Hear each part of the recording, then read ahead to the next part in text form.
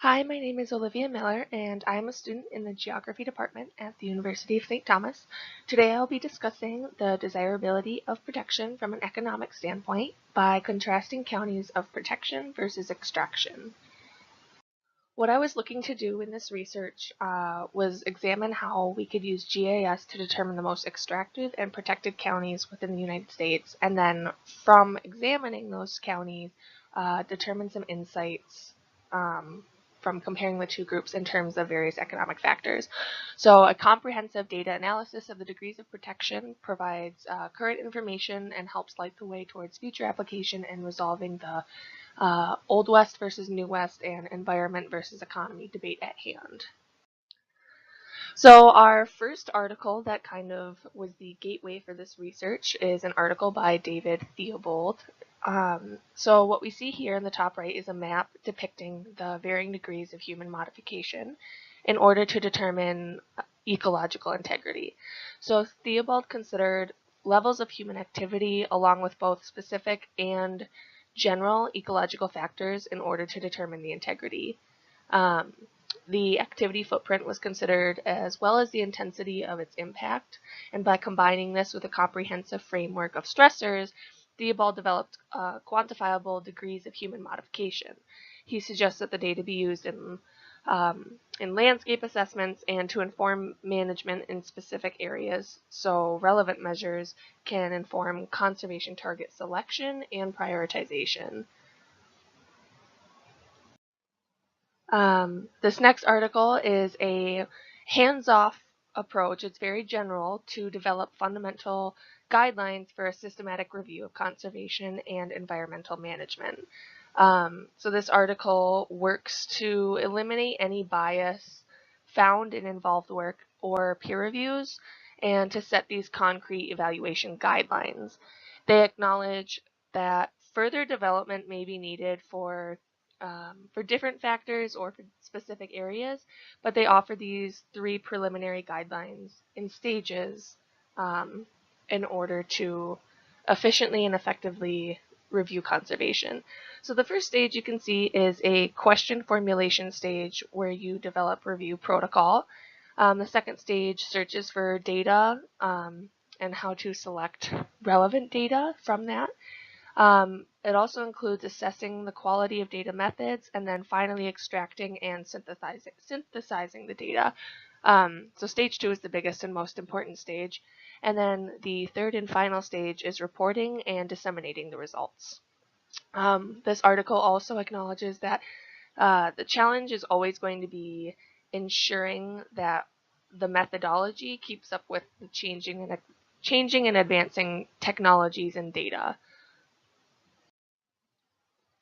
Our last article before we get into my research is an example of economic development that occurs as a result of animal conservation. So this contradicts the belief that it's economy versus environment, which is part of the kind of the Old West, New West debate, um, and shows that protecting something as specific as large carnivores also improves the economy. And so what is relevant here is that if we want to if we know that protecting large carnivores improves the economy, in order to protect large carnivores, these carnivores need habitat and habitats that are connected, not these little islands.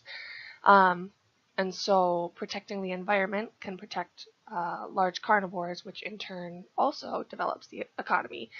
Um, and so it shows that protection can lead to economic benefits and economic health.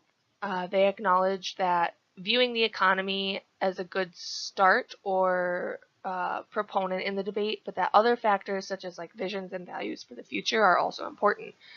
And so in the bottom left, you can see it says a comparison of economic performance in counties where much of the land is protected as either designated wilderness or a national park versus counties with high levels of resource extraction and little habitat protection.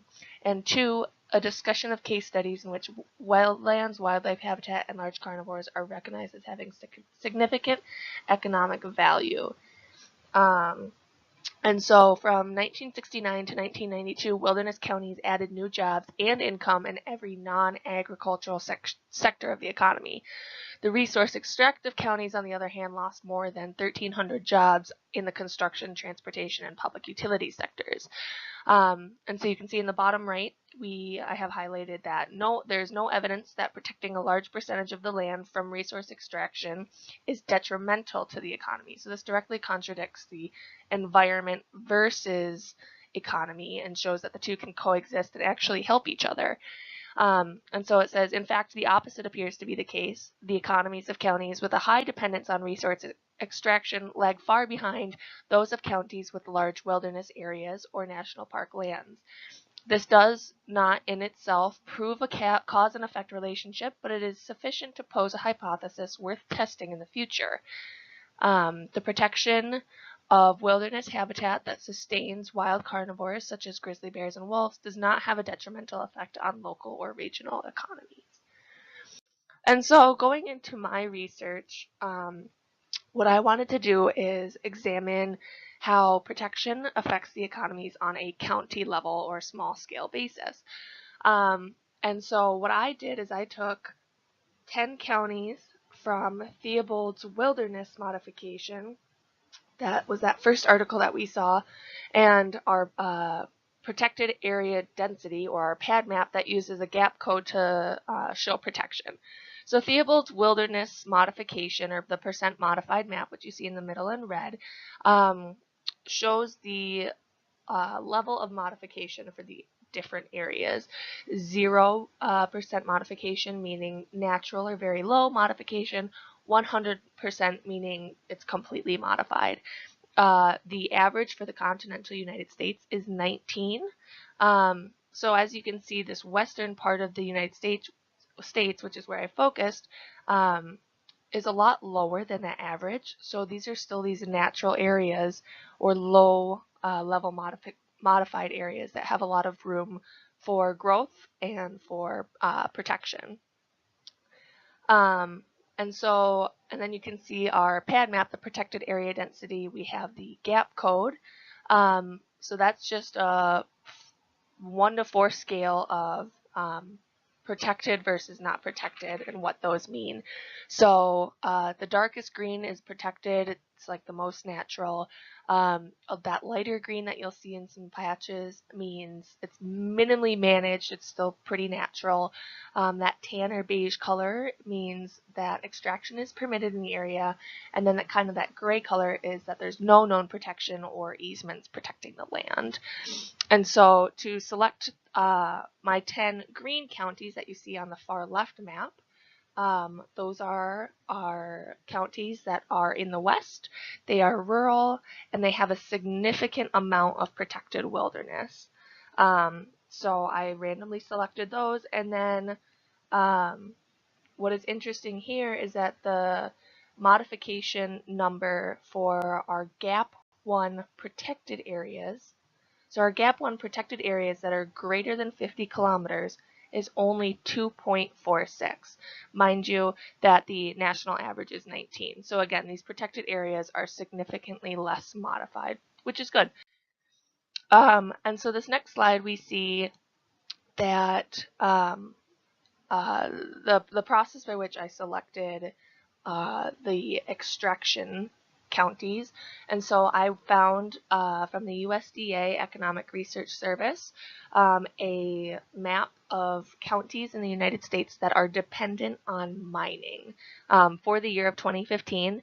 And so I went and I selected 10 counties randomly, so on the western half of the United States, and that were also rural, so those non-metro areas. Yes. And so what we did next is I looked at a Headwaters Economics article. And so after using GIS to select the counties to examine, I gathered data on a variety of economic factors. These factor data are derived largely from this Headwaters Economics West Side Economic Atlas, as well as USDA data embedded in the attribute tables of our GIS maps.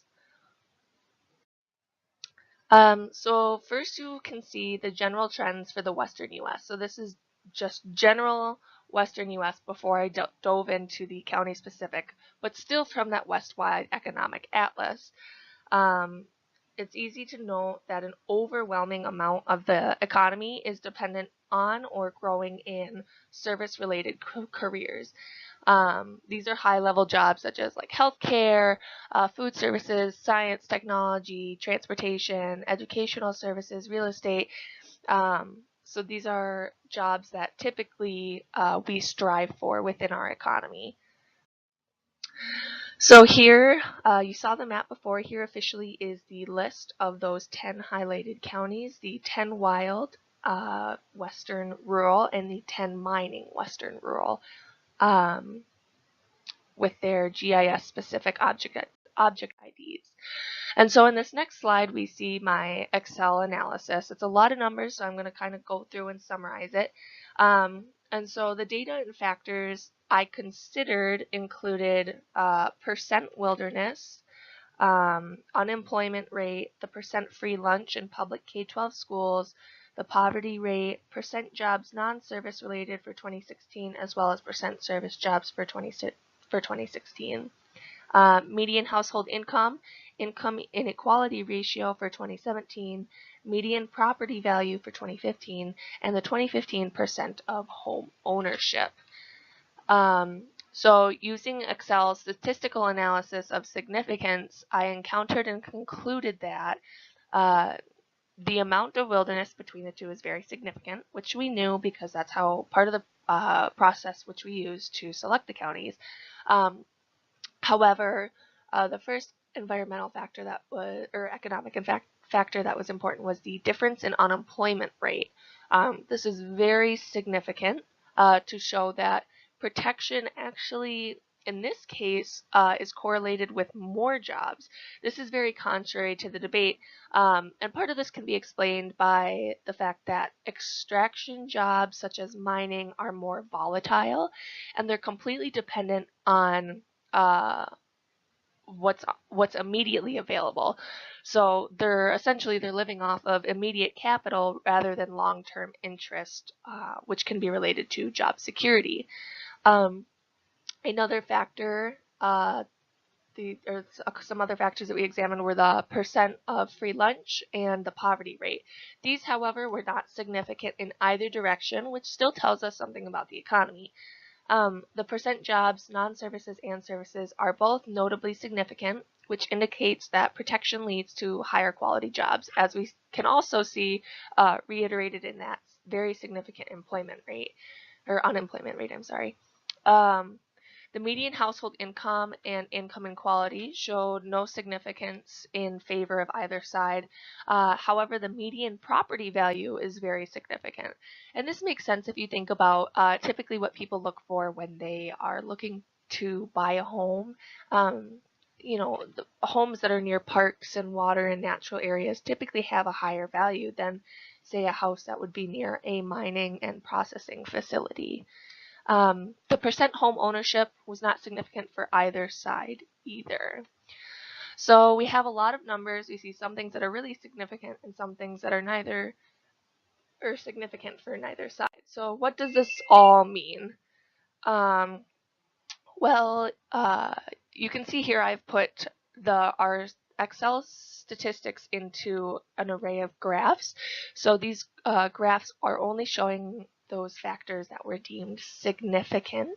So what's important here, because you're probably thinking, well, what about those ones that weren't significant? Well, it is that although not every economic factor was better for protected counties, there were no factors where protection was worse. So this is to say that protected counties do just as well and often enough better in many areas of the economy as do extractive ones.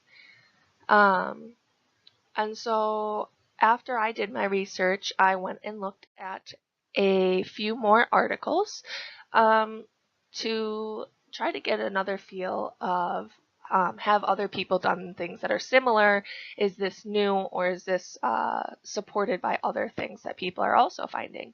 So this is an article specific to Montana that shows the same results on a state scale, to show that the economy is growing as service jobs are growing, and not because of mining, which is only a small portion of the state's economy as a whole.